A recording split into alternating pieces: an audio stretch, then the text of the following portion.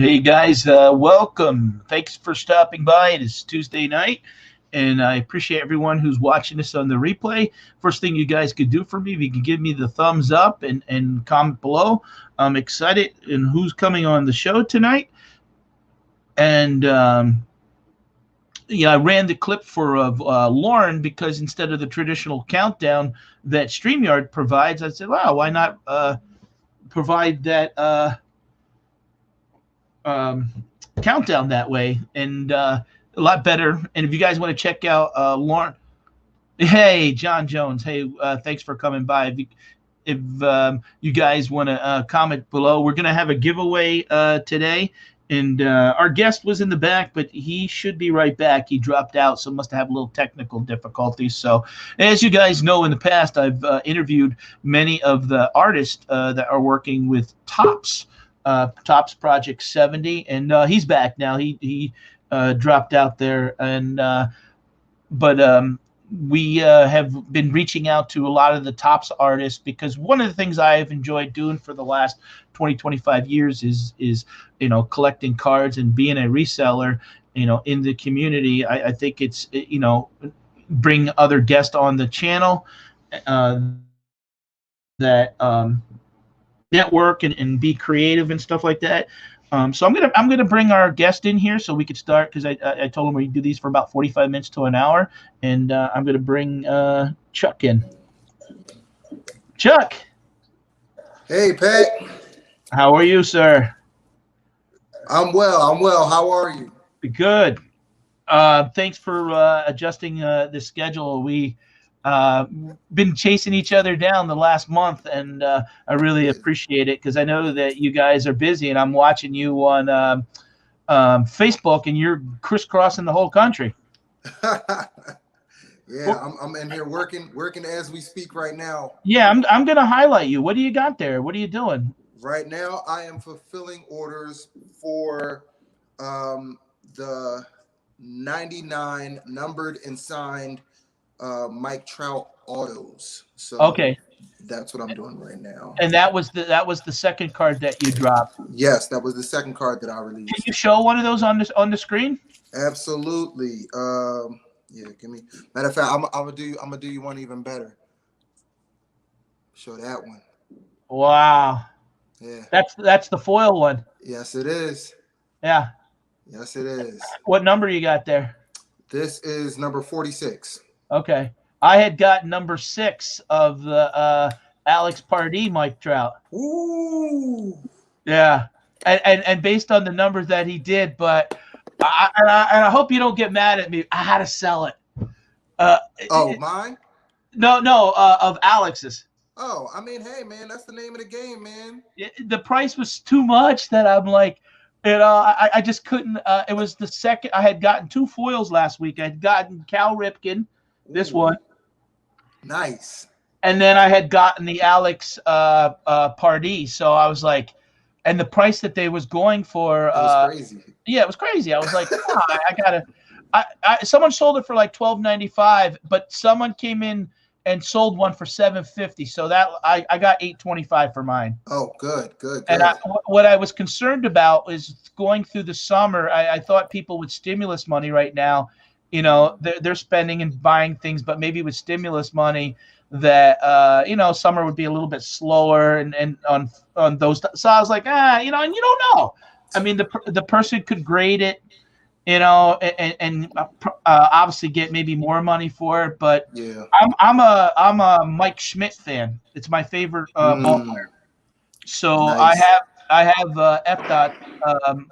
A artist proof card of his.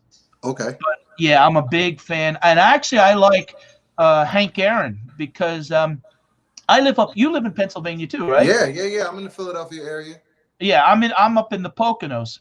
Okay. And if you're familiar with Topps, they used to have an office in Dorrier, which is near Wilkes-Barre, Pennsylvania. I have no idea where that's at. Yeah, well, have you ever heard of Scranton, Pennsylvania? Oh, yeah. Yeah, well, Wilkes-Barre is right next to Scranton, Pennsylvania. Okay. So about 30 years ago, Topps used to print cards up there.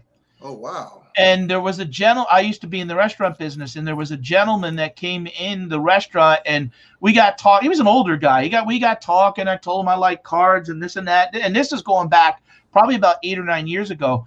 Well, one day he brings in a card. He gives it to my son, Hank Aaron, autographed. And because he worked in the office, Wow. he said, I'm going to give it to your son. You know what he said to me? Because your son will appreciate it more than mine does. Wow. Yeah. So Wow. we got a nice Hank Aaron autograph card, and that's why when you came out with your the very first Hank Aaron I bought was the one that you did. Wow. Thank you. That was a big deal. That was a big deal for me. That's something that I personally requested, not of Hank Aaron, but I personally requested from Topps, you know, because I look at February very importantly because it's Black History Month, and I like to highlight a lot of you know, African American icons in all different, you know, genres and industries. My roster is set. My 18-player roster is set, but it's very diverse. To a lot of people's surprise, because a lot of people thought that I was going to do a whole African American set, and I didn't. Well, you know, I was glad to find you, because I really wanted to have a diverse group of artists come on, and backgrounds, and share their stories, and what they, not just be like narrow-minded and have just like, oh, it's all Mike Trout, all Mike Trout, all Mike Trout. Right, you know? right. You know, and I've been following you, and man, you're doing a great job even on your post on Facebook with who's doing your social media? I am. I do everything. I do everything. Yeah. All my the video production, the little teasers, and the official you know, video rollout for the cards, to, you know, kind of line up when Topps releases the cards. I try to get in there as close as possible, but yeah, that's all me. You know, so. And you know, the Hank Aaron, I mean, he just passed away. What was it, about 6 weeks ago? Yeah, like literally, I got word from Topps that I'll be doing Hank Aaron probably like a week before Hank Aaron passed away. Yeah. So I was like, whoa. And I couldn't ask for a better player to represent during Black History Month, because it was just like, I hope I'm doing his, you know, his legacy justice. You know? I remember when I used to see him go on like David Letterman back in the day, and just a nice guy. And I always had a soft spot for Home Run Kings. And, you know, I used to be in the restaurant business, and a lot of people, you know, he used to be a Krispy Kreme franchise owner. Yeah, he owned a lot of businesses. Yeah, so he was involved in you know, he was a smart guy, because a lot of people who get involved in sports and stuff like that, you know, they blow their money, but he showed you 40 years ago that he was smart enough to realize that he wasn't going to play sports forever, that he had to, you know, have something up here and build a business to, you know, to fall back on. So now, I'm going to highlight you so the audience could see. Are you in a studio there? Yeah, this is actually my basement. Okay.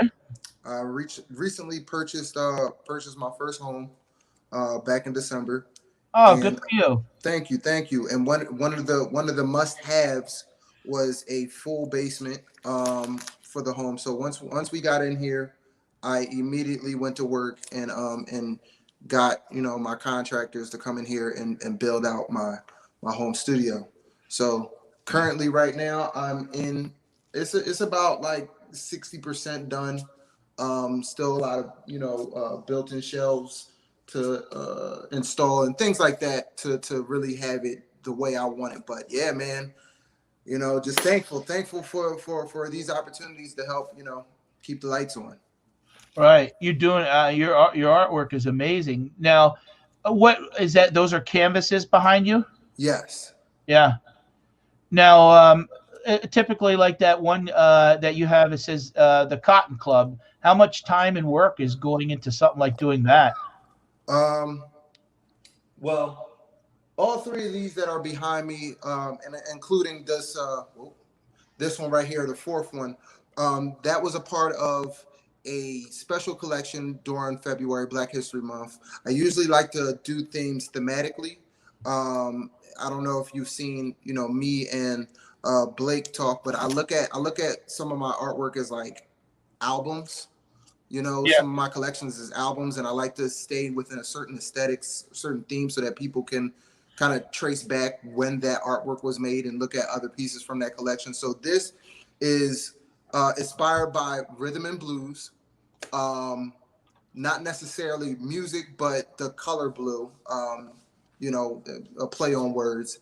And a piece like that, each piece I had to finish them in a week's time, because my goal was to release a new piece for Black History Month every Friday of February.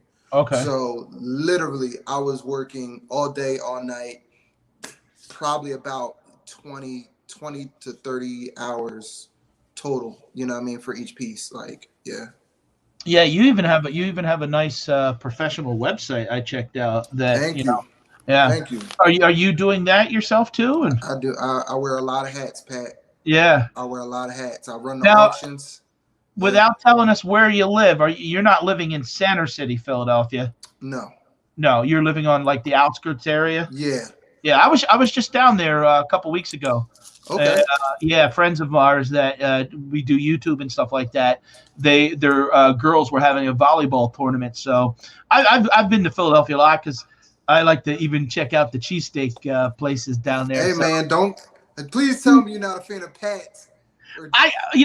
look at me. I eat. I like Pat's. I like Geno's. I like Joe's. Now my older son is like, oh, Tony Luke's is the best. Tony Luke's is good. Yeah. Your son knows Tony Luke's is good. Yeah. Now I do like Joe's because you can go in and sit down, and for the money you get twice as much. Okay. That's over on Girard Avenue. I don't think I've been to Joe's. Yeah, Joe's. It's a place. I have a friend that owns a bar, Murph's, and it's like 3 blocks away from there. And I did eat at Pat's. It's a tourist trap. Yeah. Everybody is like, oh, I gotta go to Pat's. You're like, if you know anybody from Philly, please ask. I tell people, please ask your local Philadelphian where to get a good cheesesteak, because it's not Pat's or Geno's. I'm sorry. Yeah. No, that's just a novelty thing. But man, when they're selling 2,000, it's like going to McDonald's. I mean, you can find a better burger somewhere else, but I was gonna do a little actually video when I was down there a little bit, but two people broke out in a fight because the one bumped the car. I was like, forget it. Oh yeah, that's Philly for you. Yeah. I said they'll be like, what the hell are you doing holding the camera for? It would have made some good YouTube footage, but at 1 o'clock in the morning, I said, nah, let's not. Right. That's Philly. So I'm going to show your card that actually dropped yesterday. Yes. Let me share the screen on that one. So this was why don't you explain a little bit about, last year, I'll explain to the audience, last year was Topps Project 20, where 20 artists and 20 players. So basically every artist had the opportunity to do, if they did, one player like Mike Trout, everybody did a Mike Trout in their own form. But this year it's different. This year, to celebrate Topps, 70 years? I think that's why they call it Project 70. Yes. So explain a little bit about how it's working. So at the beginning of the launch, or before the launch of the project, I assume that every artist went through the same process as me. We were given a list of about 600 players, both active and retired, that Topps had license for. Out of that list, we got to choose our 18 plus 2 Topps, iconic rappers that we would, later on down the line have to, reimagine. Unfortunately, I love the Discord. I love Facebook, and I see a lot of the conversations. I try not to get involved with every single conversation. But I do pay attention, and I see the dialogue. Topps does not have the license for every single player. Right. there were players that I had on my list that I would have loved to have done. That a lot of people are asking for. Topps does not have the license for those. So once our players were set, Topps then takes that list and they curate the rollout of that list. So while I might have had, certain players at like, okay, this is like my 1 through 10, I need to do these players. Topps will take that list and say, okay, yeah, we see your 1 through 10, who's most important. Yeah, your number 16, we're going to put at number 2. So Right. while, Kyle Ripken, Mike Trout, and Hank Aaron were on my list, I had none of the artists have any, we don't have any say so on when those cards come out. So, Right. yeah. And I'm sure, what I did notice yesterday with the cards that came out, and this is not to knock any artist because, it's a bigger artist pool this time where some of them I've never even heard of. But Yeah. Yesterday's cards, honestly, even my youngest, I bought 200 of the Project 20 cards, and I've probably bought so far about 20 of the Project 70 cards because, it is a big there's it's a lot. And sometimes I'm buying 5 or 10 and I give out cards, and I will actually be giving one of Chuck's cards out on a future show. Because what I do is, in thanking the artist for coming on the show, I always try to support by doing that. And I have actually the guy from Tyson Beck coming on next week, the 21st. Nice. And but yesterday's cards, I said all of them were I think very well done, very different, and very nice. I wonder if they would ever experiment with, let's say, for example, if an artist, if they would ever come out with Babe Ruth, or they would worry that would hurt. Like then people would be like, well, this one is the Babe Ruth. Oh yeah. Yeah. So there's got to be a strategy. The way they do it. Yeah, I'm pretty sure they want because here's the thing. I'm like such an artist, even when it comes to my presentation. Like as you saw, like the video. Oh my God! I was like, why does he have a bird on his Facebook? And I'm like, oh yeah, it ties into the card. Yeah. And so I asked Topps, early on. I'm like, hey, I'm very familiar with printing and all the different cool ways that you can, do printing techniques. And I asked them, I'm like, hey, I got some dope ideas. Would we be able to do like some special metallic foil, embedded within the card on certain designs? And they're like, nah, every card is going to be, pretty much the 130 card stock, just so that everybody has a fair chance. And so I definitely understand like Topps' position, wanting everybody to get a fair chance at selling their individual card. So I doubt that they would drop like the same player within a release day, because then it would hurt like another artist, if one card is getting shown favoritism. Right. Yeah. Because like it seems right now that Alex Patdees style is really. I mean, it's just crazy. I love his stuff, man. Oh, it's so unique.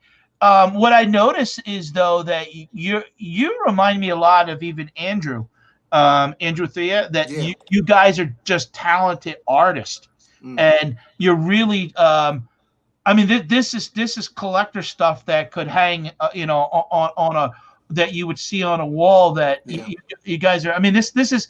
And then if everyone's watching right now, I have him on a split screen, and this was Chuck's first card, Hank Aaron, which I got, card number 23. I love that card. Thank you. Mike Trout, this was his second card, and then of course, this was his card yesterday. If you guys are interested in purchasing any of Chuck's cards, and you could still purchase the Cal Ripken, is go to Topps.com. It's only $19.99, and you can get his card. You got 70 hours. It came out yesterday, so pretty much I think tomorrow is when it will end. Yeah. And then, basically, what's your schedule now? Is it every 3 or 4 weeks, or how's it working? It's I think it's about like an every 2.5 week Okay. drop right now. Yeah, but from what I heard, it might rev up. Don't Yeah, quote because me. there's a Don't lot quote. of there's a lot of cards. Yeah, but don't quote me. I think tops might be pushing 4 a day coming soon. Because what I saw is that certain people were dropping their third card while some artists didn't finish out their second card. Right. So I think I don't know. I think I seen somewhere maybe in the Discord. I don't know. Like I said, don't quote me. I could be wrong. Who knows? I don't Right. know. But I think I saw 4 cards are coming per day. Yeah, it's amazing sometimes, and and you have to take social media with a grain of salt sometimes, because everybody's got an opinion, and you sometimes just got to zone some of the Facebook comments out, because I mean, there's like a 2 hour thread there. People like Oh yeah. it's crazy. You guys are enjoying what you're doing. You're putting out what you do, and your interpretation. I mean, because there is one guy that's getting a lot of of Ron English. I love Ron English, man. He's doing them all to look like toys. It looks like. I love. I think so. So this is. I know a lot of the Topps cards collectors are coming in from the card, market. They're coming Right. from the card perspective. Me, Right. I'm coming in from an artist perspective. So there's certain artists coming in. I'm like, oh, Crayola's going to be a beast. Ryan English is going to be a beast. Blue the Great. I mean, I love Rochester, Jacob Rochester. It's like certain. Oh, Jacob does nice. Yeah. Certain, I mean, of course, Lauren Taylor. It's like certain artists. I look at it from like the appreciation of the art, and saying like, hey man, you guys might want to collect their early stuff, because when it's time for, let's say like Crayola to turn up the heat, he'll drop some fire that might, outsell Pardee. You know what I mean? Right. Because that's Crayola's lane for real. And a lot of people don't know this. I seen in the Discord somebody saying, oh, it seems like, Crayola got inspired by Pardee. And it's just like, well, if y'all follow Crayola, like, this is his world, like the monsters and the world building, and that's what he does. Well, he does, right. So, right. Later down the line. Now, how did Topps find you, Chuck? Well, long story short. I want to say 2 years ago, 2018. I was a part of a nice tribute art show / celebration for the late Biggie Smalls in Brooklyn, New York, with a very small, intimate crowd, his family, people within that industry. I did some artwork there, and a gentleman by the name of Greg Stuff. We happened to network there. That conversation led to a relationship of me and him just constantly, talking about art, talking about business. And he presented me with this opportunity to work with Topps. He works with a few other artists that are a part of this project as well. So shout out to my man, Greg. Thank you a million, man. Always in my corner, man.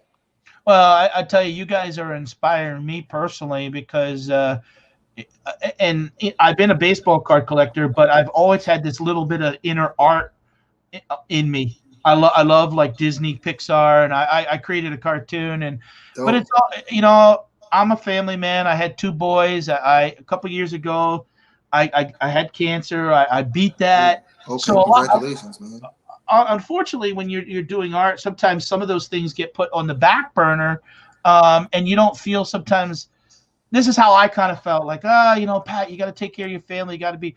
And when I seen what you guys are doing now with social media, it's just inspiring. It's inspiring me, and I'm sure it's inspiring. Oh, hey, Gary.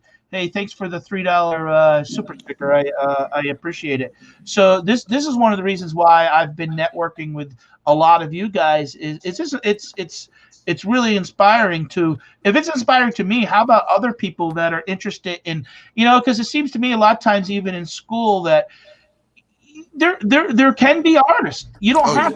You don't have to go to college. You don't have Oh to, yeah. pound a hamburger. There is using your creative side of, what you do, and telling a story. And um, I was checking out your gallery page, and I want to highlight that real quick here. If you guys want to check out Chuck's website here, he has stuff on there that if you guys are interested, and you can reach out to him.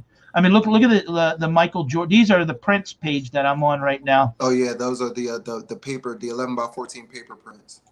Yeah, I mean, that's beautiful. Thank you. And reasonable. Oh yeah. I think coming from a fine art world.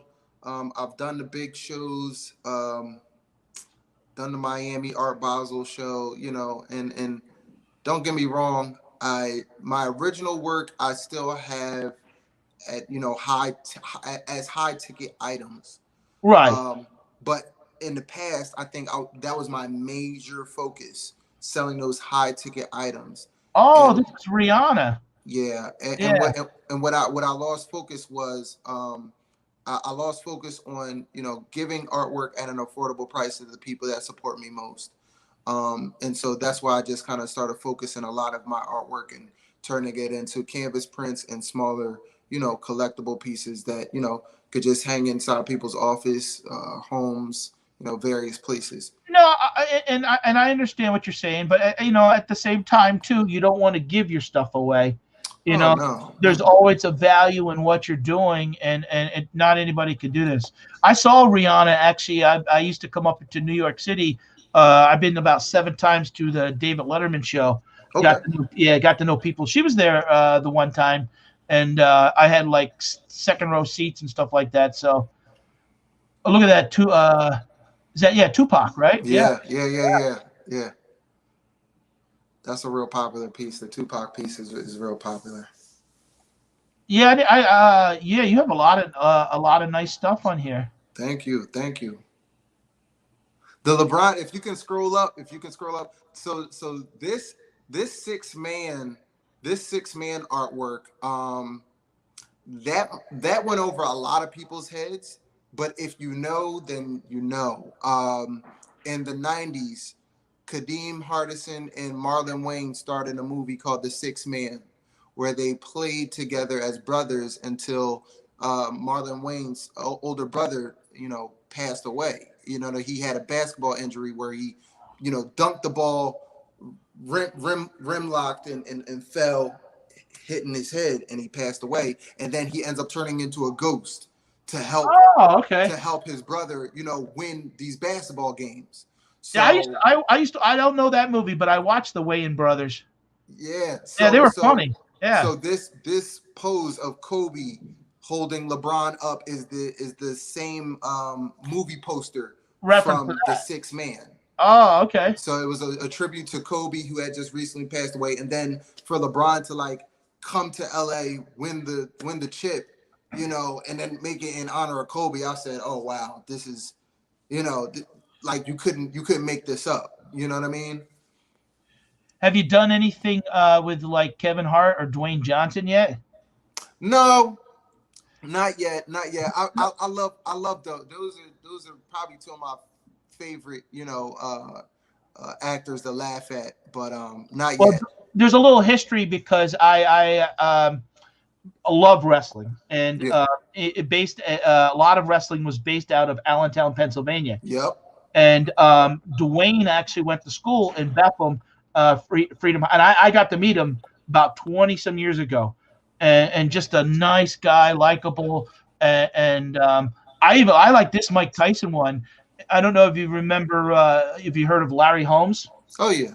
the Easton Assassin. That was from the Lehigh Valley too. Got to meet him and stuff like that. So back in the day, like my dad was much older. He had me late, but used to watch boxing a lot as Oh a yeah. teenager. I'm a big boxing fan. I just recently was contacted by the family of Joe Frazier, possibly do some work. But that Muhammad Ali piece, I mean, not the Muhammad Ali, the Mike Tyson piece. I have a card coming up, card number 6. No, card number 5 that resembles that same art direction as the Mike Tyson. Because a lot of people know me for using, the I don't know, I haven't coined the term yet, but it's like the motion effect, where it's like the same person intertwined with their other self as they create this like tangled, right, one image, so yeah, that 5th card is going to look nice. That Muhammad Ali is beautiful too. Oh, thank you. I didn't look at second page, so I'm looking at this with you. Beautiful. Yeah. Thank you. If you guys want to check out his site, you guys are watching this on the replay, please do, and support Chuck, not just through the Topps Project 70, but even now. Do you do any type of commission work? I try to stay away from commissions. I got to be honest. I work best when I'm working freely on my own projects. I just have a system. So in order to keep the vehicle moving as smoothly as possible, I have to be in the right headspace, the right workflow, and sometimes commissions can kind of take me out of that. The only commissions that I probably entertain at this point are, big projects that are just like one of those like, oh man, I would love to work with this company. Like for instance, Topps. I look at Topps as like a year-long commission, but it's just like, who's going to pass up the opportunity to do some of, your favorite baseball players and, have a card that you can collect. Well, and not just that, again, the networking, because I found you through this. Right. And I never would have, heard of you before because of going through. So now all of a sudden, this, 20 years looking back, wow, I remember when I did the Topps and the connections that you will make. Right. And that's what comes out of a lot of this stuff. So. Oh yeah, absolutely. I mean, a lot of dope people on the Discords, people that are doing the mail-in auto service. Meeting a lot of great people, man. I'm gonna do the drawing here real quick. Well, I like to do it. I always do it when we're live, so no one doesn't say, "Oh, you fixed it," So basically what happened was Lauren Taylor was on the show about a month ago. And I said, if you guys comment below, she actually donated All Rise Prince or Pinstripe Pride. So she'll work those out. I'll give her the winners information, and you'll work that out with her, and she'll send it off to you. So basically, we put in the YouTube URL, and this is a random comment picker. Mm-hmm. Then we start the raffle like this, and it will show the winner. Oh, that's cool. Hold on. I did put the, maybe I have to get comments first. Hold on. Oh yeah, get YouTube comments. There we go. Okay, amount of comments. Now start. Chris Burkett. Oh, wow. That was fast. Yeah, so Chris, you are actually you are the winner of Lauren. And what's amazing is Chris actually, I found him on Twitter. He was a guest on my show. He buys and sells baseball cards on Twitter, and really does very well with doing it. So, Chris, you're the winner of Lauren's stuff. Now, man, congrats, Chris. Yeah, in the future, what we're going to do is we're going to give one of Chuck's cards away. So how you win Chuck's card is you comment below on this video, and then about a month we'll have people we'll do like we did now, and sometimes I have people, oh wait, did you give the prize away? And this is exactly how we do it. So I'm not picking friends, or everybody can see that it's done fairly, and then I will be sending that card out to the winner. So let me go back to a little bit of your background, Chuck. Yeah. How long have you been an artist? Um, my earliest time remember doing art was about like 3 years old.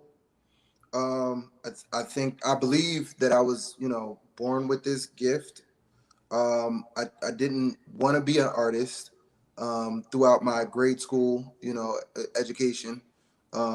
Art was not anything that I aspired to be or do. Um, it wasn't until I became a barber when I was about 19, 20 years old that I said, you know what, I'll enroll it myself into Art Institute of Philadelphia, paid for it, with my barber career money, and got a little bit of background education in art through Art Institute. Dropped out, realized that you didn't need a degree to be successful artist, and then I'm 30. I'll be 36 in June. At age 30, almost 6 years ago, I decided to leave barbering and do art full time. So for the past 5 years, 5.5, close to 6 years, I've been doing art full time as a business, as an art entrepreneur. Um, yeah, Yeah, that's amazing because thank you. that's a big leap, It is. to support your family and stuff like that. And it's hard because you're not getting that dependable paycheck. Now, obviously, 5 years into it, you've learned from your mistakes and you're doing things different. And Yeah. um, so you were a barber. Oh yeah. Yeah. Oh yeah. That's the funny thing, Pat. I don't even. I think 17 might have been the last time I received like a check from like a job. Yeah. So even like right after high school, it was like I always was like self-dependent on my own skill, my own networking, my own marketing. So So did you barbering groomed me for this art entrepreneur life. did you have a barber shop or did you work for somebody? How did I it? How? worked, yeah, Yeah. I worked for a barbershop. I was not licensed. I just I was the kid in the neighborhood that used to just cut his friends on the porch in Oh like yeah. eighth, ninth grade, and then 12th grade I was cutting a lot of my friends in school, like for their prom and everything. Uh huh. And I remember working at Strawbridge's in the China department for $6 an hour, wearing a suit and tie. And I was like 2 months into that job. I walked past the local barbershop, seen a help wanted sign in there, and I told the owner, I'm like, hey, check this out. I cut a lot of my friends. I'm not licensed, but if you're willing to take a shot on me, I would love to, see if I can fill that chair. I made more money in that tryout weekend than I did in like a whole week working at Strawbridge's. Oh yeah. And I never looked back. I never looked back. So when was that? Like, what were you? You're standing around cutting people's hair, and all of a sudden one day, like, maybe I should try this art. Like, I mean, that's a big, you know. Do you go back to, like, is your art hanging in that barbershop at Oh all? yeah, yeah, yeah. So that's the thing. Because I was doing art, like I did art throughout my whole, grade school career. But like I said, it was one of those things that I took for granted. I was like, oh yeah, I can draw. Oh yeah, I'll do this. I'll do that. And and art always stuck with me. So even sometimes you go into the barbershop and it's not always busy. People are just sitting around waiting for clients. Right. During those down hours or those down times, I would always have a sketchbook and I would always just draw and I would always just, sharpen my craft. And a lot of the gentlemen that I was surrounded by, they always just, poured into me and said, yo, man, you got a gift, man. You should pursue that. Like barbering is something that you can always fall back on, but you need to, go ahead and pursue that. So that's when I said, you know what, I'm gonna go ahead and see what this art school is looking like. And, from there, and just to speed up the story, No, you're with fine. I'm enjoying. oh This yeah, this is entrepreneurship and learning to take chances and oh having yeah, confidence in yourself. And I think it would be great, man, to do a little documentary where you go back to the barbershop and you know, love you man. know. I used to get busy, man. I used to tour the country, doing all types of competitions, winning first place trophies all over the country, Vegas, New Jersey, Connecticut, Florida, Philly. Barbering has allowed me to be on a TV show, um, uh, cut multiple celebrities and pretty high profile people. And so I was a master at my craft, even in the barber industry. But while I was in the barber world and going to these larger venues and conventions, I would see so many booths set up. It's kind of like a Comic-Con or another convention. Yep. It's just so many booths, and everybody is selling product, or they're selling clippers, or they're selling classes. And me as an artist, I saw nobody selling artwork.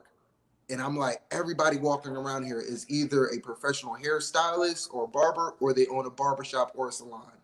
And I said, man, I got to find a way to get a booth and present my artwork to the masses. And so at that moment, I fused the two passions, which was art and barbering. And I started doing barber specific artwork that I intentionally marketed to barbers and barbershops. And that was like my first taste at selling artwork on a bigger scale than just like sketches out of a sketchbook. Because it reminds me, because honestly, I had an Italian guy that used to cut my hair, and a lot of times it's not that he always gave a good haircut. We used to love to hang out there. Oh yeah, absolutely. Because he was so funny, and for some of the people watching this, I was like 14, 15 years old, and in the back he'd have they used to get the magazines every month. Yeah. So he'd be pulling out the Playboy, and I'm like, no. and he loved to tell jokes, and I always remember like one of the jokes, and this is a clean joke, but he said he went to a lady went into PNC Bank, and I remember this because he just died about 2 years ago of cancer, and he really was such a nice guy, always stuck in just as a genuine guy that cared about people and storytelling. Yeah. And he said a lady came out from the bathroom and said, I realize that, this bank needs cameras, but why is there, cameras in the bathroom? And the teller goes, well, this is PNC Bank. Oh, man. PNC. So, oh, man. Yeah. So he used to tell these corny jokes like that and I'd be like, Roger, you just told me that one last time I was here. And he put TV in the last couple, but you didn't even need the TV a lot of times, because the guys would sit around. And what was nice about it is I was 15 to 25 by the years that I went there, and there'd be all ages of older men and you just learned, and it was a nice place to hang around, Oh yeah. I mean, that's one thing that I will never leave out of my story, is just my time being a professional barber, because I don't think I will be the artist that I am today without those lessons, without those gentlemen, without those experiences that help sharpen how I move as a business, as an art entrepreneur. A lot of those things I learned by trial by fire, while being center stage in the barbershop, or being at some of the conventions in front of thousands of people. Like, a lot of those things gave me the tools that I use today. Do you ever have the urge to just go back and work maybe a shift? Nope. No. Yeah. Nope.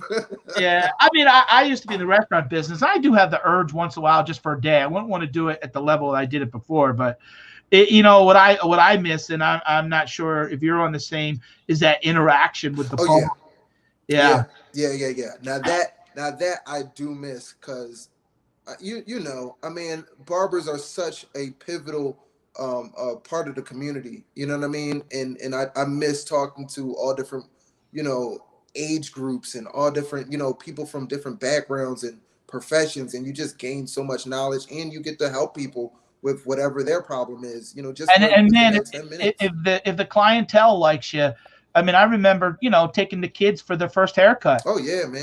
I worked at a pizza place about 8 blocks up, and I remember my mother-in-law had taken my son, and Roger called me on the phone. He said, "Hey, your kid down here, he won't sit still. He's acting up." I said, "I'll be right down." So I get in the car, I drive down, I say to him, you sit still, you keep your mouth shut, and you let Roger give you a haircut. I don't want to hear no. Never had a problem again. Oh yeah. Oh yeah, man. It's moments like that stick with you forever, man. Yeah. Yeah. So I enjoyed the the hanging around, and I just could picture you, and you seem such like a positive person and motivated, and and then doing your art. Now, did you work in a barbershop that was in Phil? Are you originally from the Philadelphia area? Yeah. Okay. I grew up like in a small suburb, like literally right outside West Philly. Yeah. So when I went into the barber profession, I started in that neighborhood, and then I went into West Philly, and then deeper into West Philly, and then that's when I really started getting a lot of my, a lot of my experiences. I'll say that. So Right. Neville says, when I used to manage a pool hall, having the regulars hang out were great times. Oh yeah. Yeah, and I don't know if people are doing this type of stuff anymore. It seems like now with COVID last year and social distancing and everybody's on social. It's just not the same. It's temperamental. It's temporary. It's temporary. I have no doubt in my mind that things will bounce back. Like, as far as the interaction, soon as everybody gets the green light, Right. I think that people are so starved for it that once the majority is comfortable, then everybody else will be like, oh yeah, we're out here. And right. Yeah, because who the heck wants to sit at home all their life? And now, what are your plans after Topps Project 70? Like, you're doing the prints and stuff like that. Like, how are you finding clientele and you're reaching out to you're selling your stuff? Like, where's your market at for what you're doing? So my market right now is the metropolitan cities all over, the country. Philly, New York, Atlanta, Chicago, LA are my big markets. Now there are other markets that are some of the smaller cities that show me a lot of love. I appreciate it. After Topps, if Topps doesn't, recruit me again for another, I don't know what their plans are, but what I plan to do is I plan to get back into the physical venue space, because that's something that I really truly do love. Doing big shows down in Miami. I mean, when we did our show last time, right before COVID, down in Miami for Art Basel, we had about like 70,000 people come through the venue. Wow. Just within the weekend. Yeah, we had Warren Sapp. Warren Sapp came through with his wife to the art show. So now that I'm a little bit more acclaimed, have a little bit more support, a lot of brand stamps on the resume to get the support. Doing large venues across the country is something that I'm looking forward to. Maybe doing an art show on tour, kind of breaking down the artwork, keeping the same aesthetic, and then popping up in New York or anywhere. We got a couple people coming in. Carolina lady saying, hi, Pat. Hi, Chuck. Hi. Yeah, I appreciate everyone that's coming by and saying hello and stuff. Absolutely.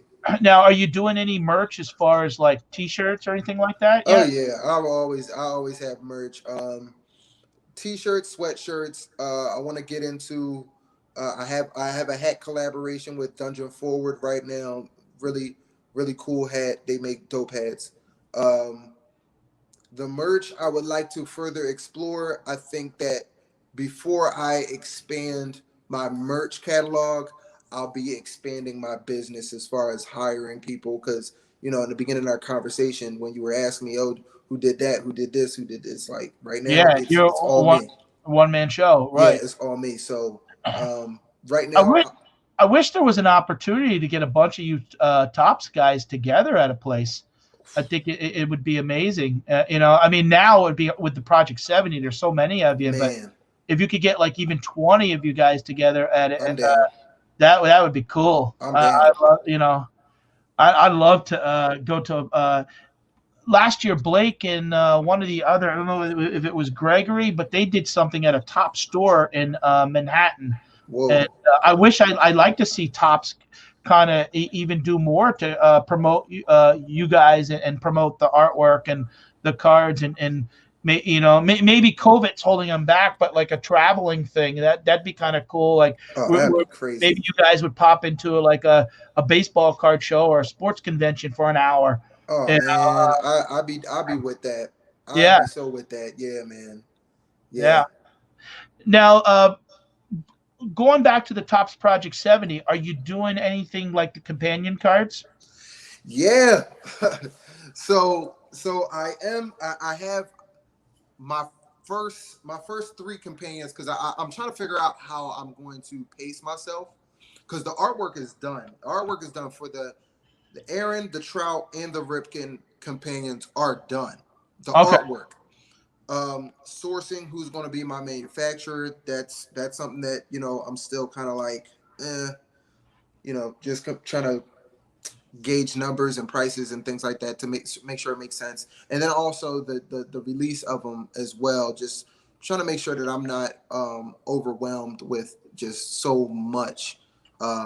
But the companions are coming. And to be honest with you, I'm more excited about the companion cards because it's like the strengths are off a little bit. And for the artist, it's much more to the bottom line, better for you guys. Oh, I mean, yeah. Honestly, I think with just so much support and everything that's happening, just from the base cards, and then maybe me buying a few cards and then selling the autos, man.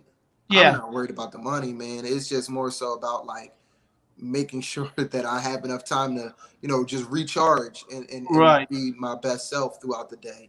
Now, is the family helping you with like packaging and sending things out? I got 3 daughters. I got 3 daughters, man. Yeah. So you're doing No, I'm not going to do that. My oldest daughter, she's like, she helps me out. She wants to be as hands-on as possible, but I have to keep in mind that these are cards that people are going to collect and cherish. So literally, I can't have any room for error. So I try to keep her doing like the very small things, like putting them inside the bubble wrappers or things like that. But they help when they can, and I appreciate them for that. Yeah, that card I don't know if I mentioned it on the live or before that, but that card that I mean, it cost me $22 to ship because it was an $800 card. Yeah. And I insured it. I mean, you could send. I sell a lot of stuff on Amazon, so I'm familiar with. I shipped out over 7,000 packages myself last year. Wow. So I'm familiar with packaging and what needs to be done and the whole process, having a printer and stuff. So I know what you're going through. And yeah. Now, are you the canvas art that you have back there? Are you doing them in prints too? Those actually are the prints. Oh, okay. Yeah. Those are the prints. A lot of my prints I do at various sizes. The smallest being 18 by 24 inches, the largest being a 30 by 40 inch, and then anything above that will be limited, limited edition, hand signed, hand embellished, or something around that sort. My originals I don't showcase too often because, like I said, originals is where the bread and butter is at, and I can't let those go for for super cheap. And on top of that, I'm kind of like a purist with the art, where it's just like my originals, if I value them very high, then it's hard for me to let them go by simply showing you what it looks like over the internet, over a screen. Sometimes original art has to be appreciated in person. Right. Yeah, so that if you say this is the price, somebody can see and feel the texture and see the work, and they fall in love with it, so that price matches. I hope you're not, the audience doesn't realize, but the background here of all the different colors, this is actually one of Chuck's artwork that I took off his Facebook because I wanted to have a background, and I always try to make something to personalize it. And I put Chuck Styles Live up there, but this is where, if you guys are wondering, what is that? This was something that I found on Chuck's and I utilized it for tonight's show. So I hope you Yeah, weren't that's my offended. old logo too. Yeah, That's like my old logo in the background. yeah. Now we got a couple more minutes here before we go, but I'm going to ask you: are you doing anything with the NFTs? Um, I have my Coinbase set up. I have my MetaMask set up. I have my OpenSea account. I have my Mintable account. I do not have any active NFTs yet. Um, that is something that I educate myself on as much as possible, because this NFT market and the art world and these things is happening fast and it's changing fast. So I at least try to be up on the knowledge of it. Right. Right now, the tops and other projects that I've had in place, I just gotta wait for the dust to settle just a little bit, and then Right. NFTs are coming. Yeah, Yeah. NFTs are coming. I'm still confused by it, but I mean, being friends with Blake, he's kind of and his sister's kind of walking me through it a little bit, and I want to be one of those guys that are learning and not being because I see the success of what he's doing on it, and you know, I like that I see that a lot of you guys, like I've seen you on Blake's, that you guys are networking too, Oh because yeah. you're I saw someone else on a show and they weren't offering companion cards, and they're learning from other artists how to really be an entrepreneur and do some of this stuff and branch out to do more things, Oh yeah. you Oh know. yeah. I mean, the companion. Let me see. Do you have a companion card you can show or no? Yeah. You know what? I will, because I did say that I will And I'm wait gonna put you on the big until. screen, Chuck. Let me see. And let me change. Okay. Well, because my Kyle Ripken just dropped, this is the companion card for the Kyle Ripken. Wow, Yeah. the detail. Yeah. So the whole Iron Man mask is all graffiti Yeah, associated with Kyle Ripken's, that's beautiful. career. Beautiful. Thank you. Thank you. Yeah. Now, Thank you. do you ever plan to have a any type of maybe place that the public could go and see your artwork? Like Oh even yeah. yeah, Yeah, absolutely. Like I said, once the world is greenlit and everybody can safely travel, safely, max out venues, I look forward to it, man. I really do. I look forward to it. It's a few pieces that I have not really put on display, or promoted really, because it's like, nah, I can put that back on ice, because I know that the appreciation of it will be a lot greater once it's in a physical space, in front of right, real eyes. Yeah. right. Um, all right. Well, Chuck, we're at basically the 1 hour mark. I do appreciate you coming on. Is there anything that you want to plug? I know you guys could still get his card on Topps Project 70. Yeah, man. So I would like to say something that I am doing. I don't know if you guys been to my site, but on my site there is the Project 70 menu, or menu tab. There you can find information on when a card is being released on Topps, when cards are coming to my site, for the numbered and limited hand signed versions, and last but not least is the place where I am hosting my auctions for the one of one gold signed and metal print to go along with the card. Now, what you are paying for essentially is the card itself. The metal print is complimentary. I have to state that, because the metal print you cannot buy. That comes along with the one of one gold signature card. But those auctions go up on for every card, or I will at least try to do every card. But yeah, that's been really fun. That's been really fun. The Mike Trout just sold last Friday, Hmm. for about 3,000. So Wow. yeah, yeah, and it was very interesting, because for the whole week leading up to Friday, it was around 750. And I think that last hour. Oh, that happens. That happens all the time. I see it on eBay. Man, it took off. It took off. And the prints are hand embellished with 18 karat gold gold leaf pen. It's a really nice piece. A really nice piece. Now, have you I don't know, with this one last question, have you had the chance to meet any of the ball players yet? No, not yet. Not yet. No. I think last Phillies game that I've been to was 2016. Yeah. Mm-hmm. Yeah, that would be a cool experience to, it's always nice to, you meet the people that inspire some of the artwork and, So, all right, guys. Hey, I really do appreciate everyone. Again, if you guys want to comment below in the future, we're going to give away one of Chuck's cards, and we'll do it on a future when I do another artist interview. Comment below, and be surprised and give the thumbs up and check out Chuck's. You got a 20% automatic sale on all canvases. Oh yeah. And it says now accepting cryptocurrency. Yes. So I appreciate everyone that's come out. I want you guys to have a great week, and thanks again. And Chuck, thank you, buddy, for being part of the show. Thank you, Pat. Thank you, everybody, for tuning in as well. You can look forward to my next card drop. It's going to be a good one.